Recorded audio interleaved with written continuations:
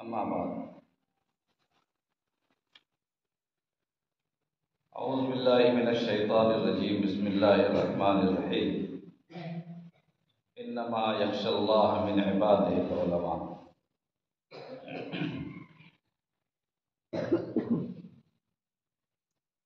حضرات اساتذہ اور عزیز طلباء اور مہمان مکرم،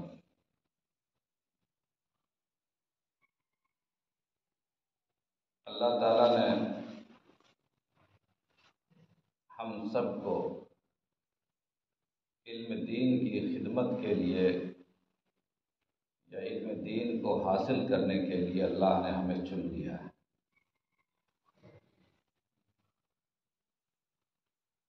علم کہتے کسے ہیں؟ یہ کارخانہ علم کا ہے، یہ کارخانہ دین کا ہے۔ یہاں جو پارٹ پرزے تیار ہوتے ہیں وہ بعد میں چل کر علماء دین اور مشائخ دین اور آیان ملت بنتے ہیں۔ علم کہتے کسے ہیں؟ میں نے جو قرآن کریم کی آیت پڑھی ہے اس میں علم کو بتایا گیا کہ علم کہتے کسے ہیں۔ اللہ تعالیٰ کہتے ہیں کہ علم کتابوں کے زیادہ کتابوں کے پڑھنے کا نام نہیں، علم حروف اور نقوش کے صرف مطالعے کا نام نہیں، علم کتابوں کی ورق گردانی کا نام نہیں،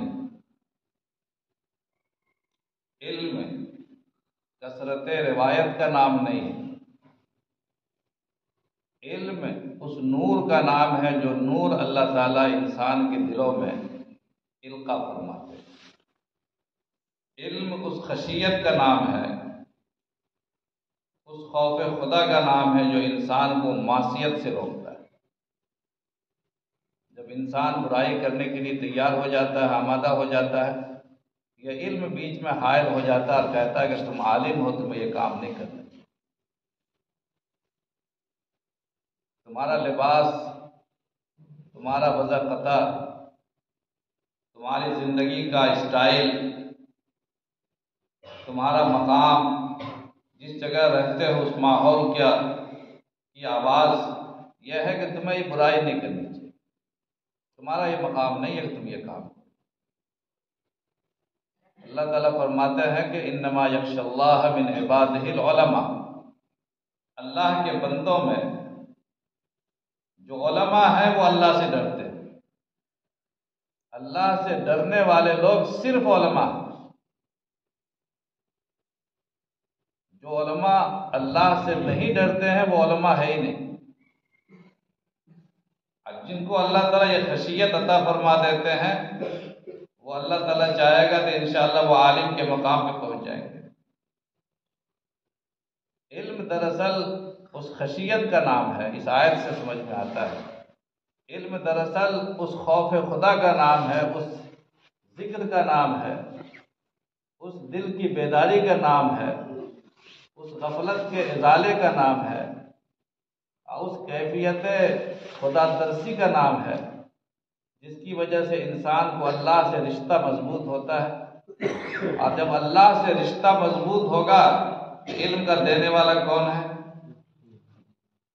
سرکار دو عالم صلی اللہ علیہ وسلم نے تو فرمایا کہ انما انا قاسم واللہ یعطی، میں تو تقسیم کرتا ہوں، دینے والے تو اللہ۔ جتنا زیادہ اللہ سے رشتہ مضبوط ہوگا، اللہ سے تعلق مضبوط ہوگا، علم اتنا ہی زیادہ بڑھے گا۔ اسی لیے حضرت امام حضرت عبداللہ بن عباس رضی اللہ تعالیٰ عنہ جو صحابہ میں سب سے بڑے مفسر ہیں اور اسلامی تاریخ میں تمام مفسرین کے وہ امام ہیں، عبداللہ بن عباس رضی اللہ تعالیٰ فرماتے تھے عالم کس کو کہتے ہیں؟ کہتے تھے کہ عالم وہ ہے جو اللہ کے ساتھ شرک نہ کرے، اللہ پر ایمان رکھے اور عمل صالح کرے، اللہ سے ملنے کا اسے یقین ہو کہ اللہ کے یہاں مجھے اللہ کے سامنے حاضر ہونا اور ہمیں اپنے زندگی بھر کے حساب و کتاب کا جواب دینا، یہ احساس اسے، تب وہ عالم ہے۔ امام حسن بصری رحمۃ اللہ علیہ جو حدیث کے بھی امام ہیں، تصوف کے بھی امام ہیں، معرفت کے بھی امام ہیں اور فقہ کے بھی امام ہیں، امام حسن بصری فرماتے ہیں کہ عالم وہ ہے جو کہ اللہ پر اور رحمان پر غائبانہ یقین رکھے، بغیر دیکھے ہوئے ایمان رکھے، جو اللہ کو پسند ہے وہ اسے بھی پسند ہو، جو اللہ کو ناپسند ہو اسے بھی ناپسند۔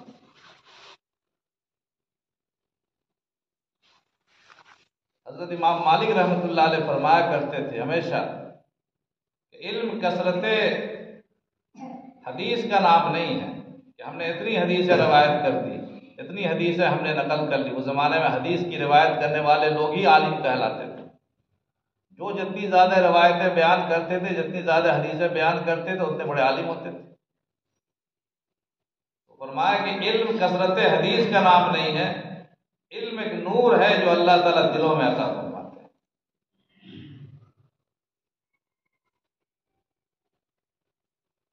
اور حضرت عبداللہ بن عباس رضی اللہ تعالیٰ عنہ اسی کو کہتے تھے کہ علم کثرت روایت کا نام نہیں ہے، علم خشیت کا نام، کیفیت کا نام۔ خلاصہ گفتگو یہ ہے کہ علم اصل میں اس نور کا نام ہے جس نور کے ذریعے سے، جس روشنی کے ذریعے سے انسان اللہ تک پہنچتا ہے۔ اللہ تک پہنچنے والی چیز اور اس زینے کا نام علم ہے۔ حضرت سفیان ثوری ایک بہت بڑے فقیہ گزرے ہیں، وہ فرماتے تھے کہ عالم تین طرح کے ہوتے ہیں، ایک عالم بامر اللہ اور عالم باللہ، دو چیز الگ الگ، عالم باللہ اور عالم بامر اللہ۔ عالم باللہ کے معنی اللہ کو جاننا والا، اور عالم بامر اللہ کے معنی اللہ کے حکم کو جاننے والا۔ کچھ علماء ایسے ہیں جو عالم باللہ بھی ہیں اور عالم بامر اللہ بھی، یعنی اللہ کو بھی جانتے ہیں اور اللہ کے احکام کو بھی جانتے ہیں، وہ عالم باللہ ہے اور عالم بامر اللہ۔ کچھ لوگ وہ ہیں جو عالم باللہ ہیں، عالم بامر اللہ نہیں ہیں، اللہ کو جانتے ہیں، دل میں خشیت بھی ہے، اللہ کا ڈر بھی ہے، کیفیت بھی ہے، مگر وہ اللہ کے احکام سے واقف نہیں ہیں، حدود اور فرائض سے واقف نہیں ہیں، وہ جانتے نہیں ہیں کہ اللہ کا حکم کیا ہے اور اللہ کے حدود کیا ہے، فرائض کیا ہے، وہ اس سے ان کا علم اس کو نہیں ہے، اسی پر عالم باللہ ہے۔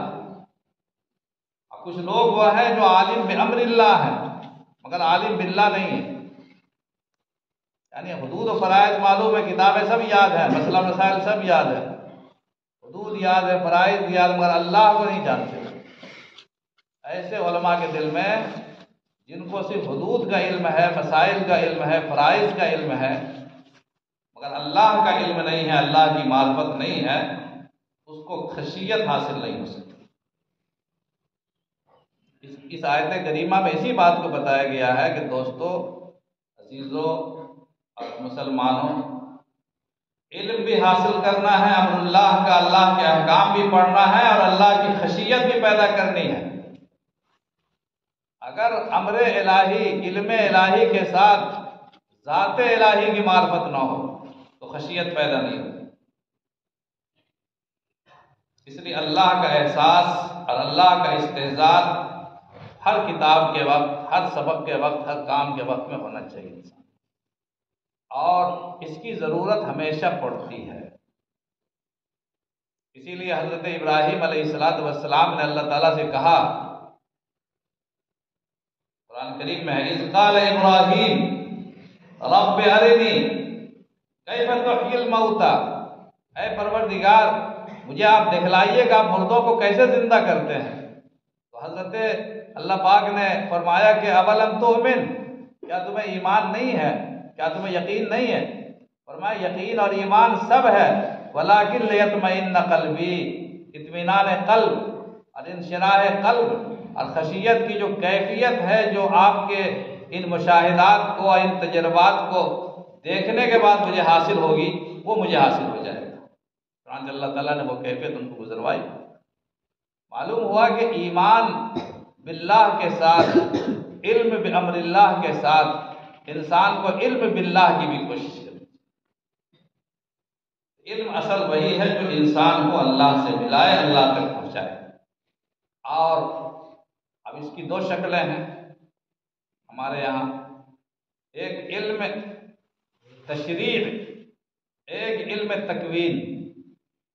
دماغ اچھی طرح رکھو، علم تشریع اور علم تکوین دونوں علم وہی ہے جو اللہ تک پہنچاتا ہے۔ علم تشریع کا مطلب یہ ہوتا ہے علم بامر اللہ، یعنی اللہ نے کیا فرمایا، شریعت کا کیا حکم ہے۔ جتنے انبیاء کرام دنیا میں نازل ہوئے وہ اللہ کے اوامر و نواہی کو لے کر نازل ہوئے، اللہ کا پیغام لے کر نازل ہوئے، اللہ کا فرمان لے کر نازل ہوئے کہ اللہ اپنے بندوں سے یہ چاہتا ہے۔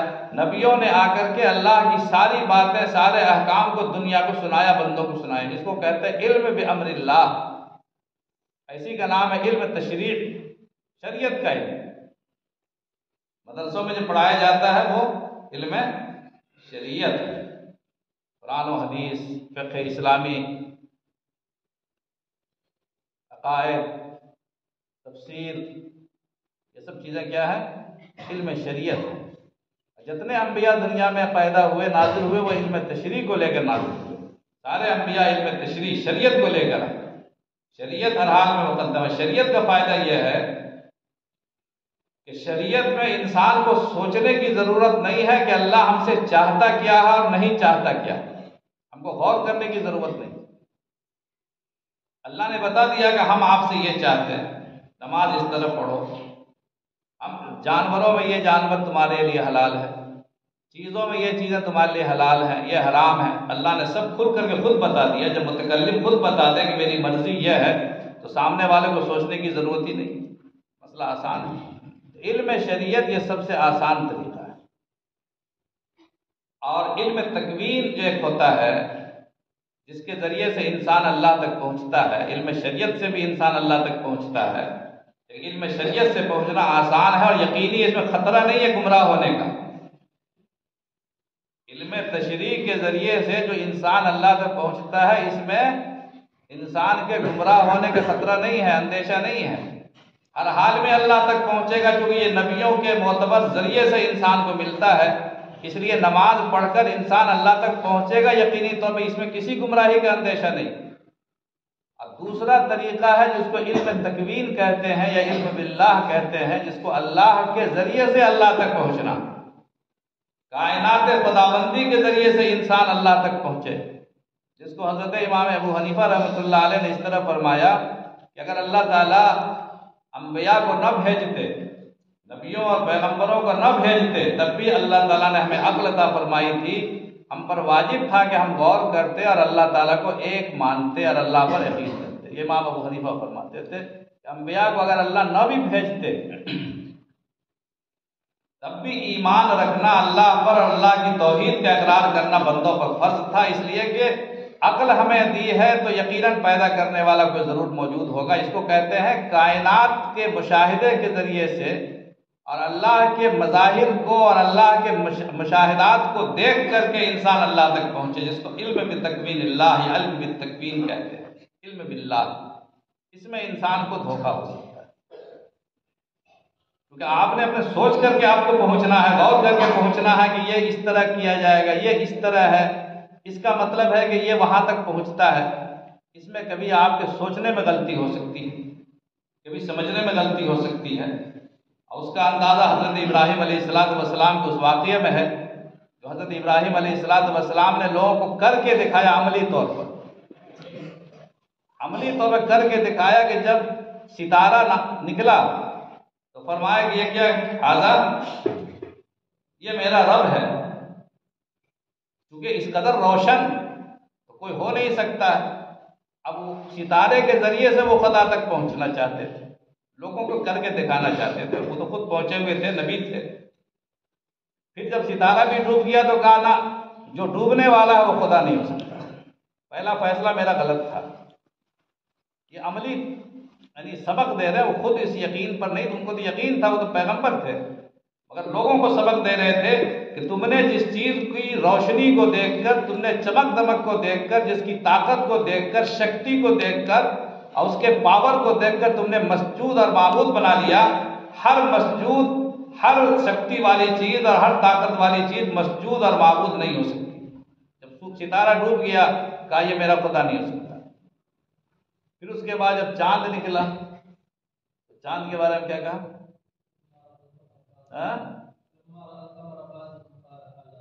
فلما رأى القمر بازغا قال هذا ربي، جب چمکتے ہوئے چاند کو دیکھا تو فرمایا یہ میرا رب ہے۔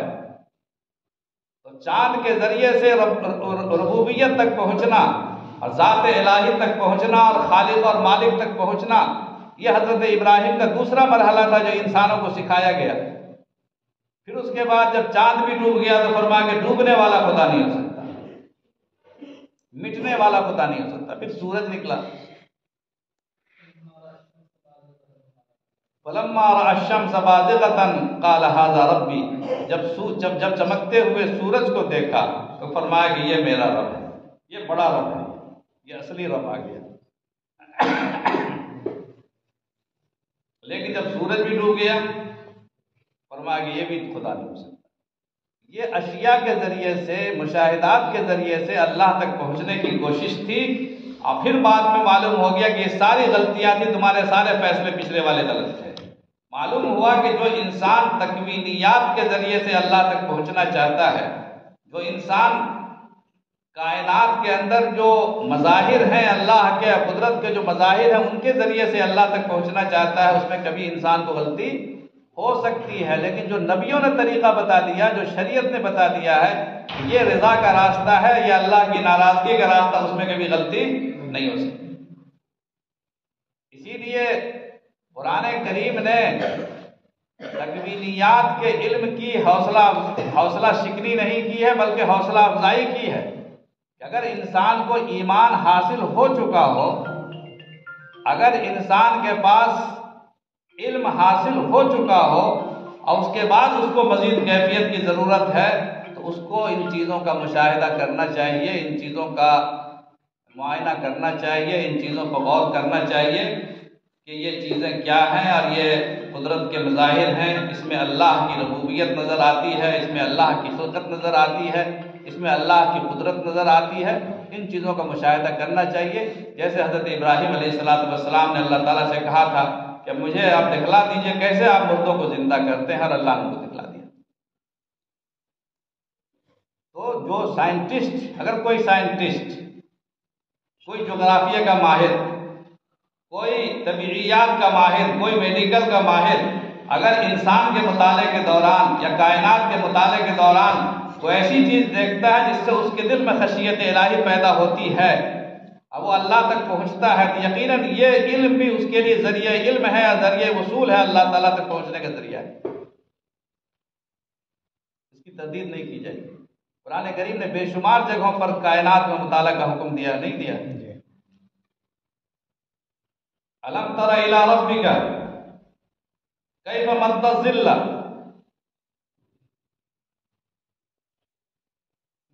کیا تم نے نہیں دیکھا کہ کیسے سائے کو اللہ تعالیٰ پھیلاتے ہیں؟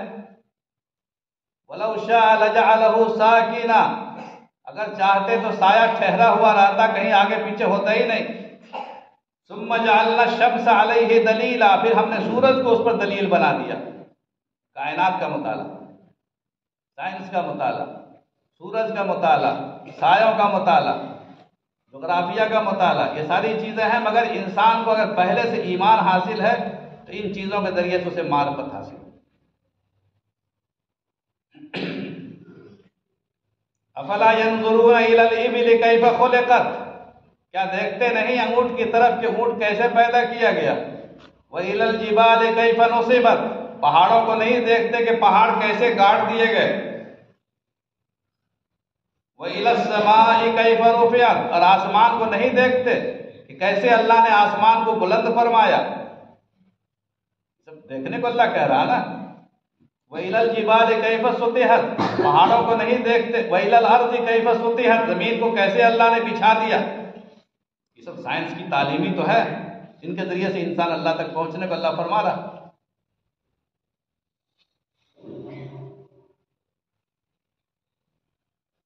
اسی طرح ایک آیت ہے کیا الم ترى ان اللہ انزل من السماء ماء، کیا تم نہیں دیکھتے کہ اللہ نے آسمان سے پانی اتارا. واخرجنا به ثمرات مختلفا الوانها، ایک پانی ہے سادہ پانی، مگر اس سادہ پانی کے ذریعے ہم نے کتنے رنگ برنگ کے پھل اور پھول پیدا فرما دیے. واخرجنا به ثمرات مختلفا الوانها، یہ تلون، یہ رنگ برنگا ہونا. ایک پانی سے اتنے رنگ کیسے پیدا ہو گئے، اتنی کیفیتیں کیسے پیدا ہو گئی، اتنا مزہ کیسے پیدا ہو گیا. یہ غور کرنے کو اللہ فرماتا ہے. الم ترى، کیا تم دیکھتا نہیں، کائنات کا مطالعہ کرتا کیوں نہیں. پھر وَمِنَ الْجِبَالِ جُدَدٌ بِيضٌ وَحُمُرٌ مُخْتَلِفٌ أَلْوَانُهَا، پہاڑ دیکھو، سفید پہاڑ بھی ہیں، کالے پہاڑ بھی ہیں، سرخ پہاڑ بھی ہیں. رنگ برنگ کے پہاڑ یہ کہاں سے پیدا ہو رہے ہیں.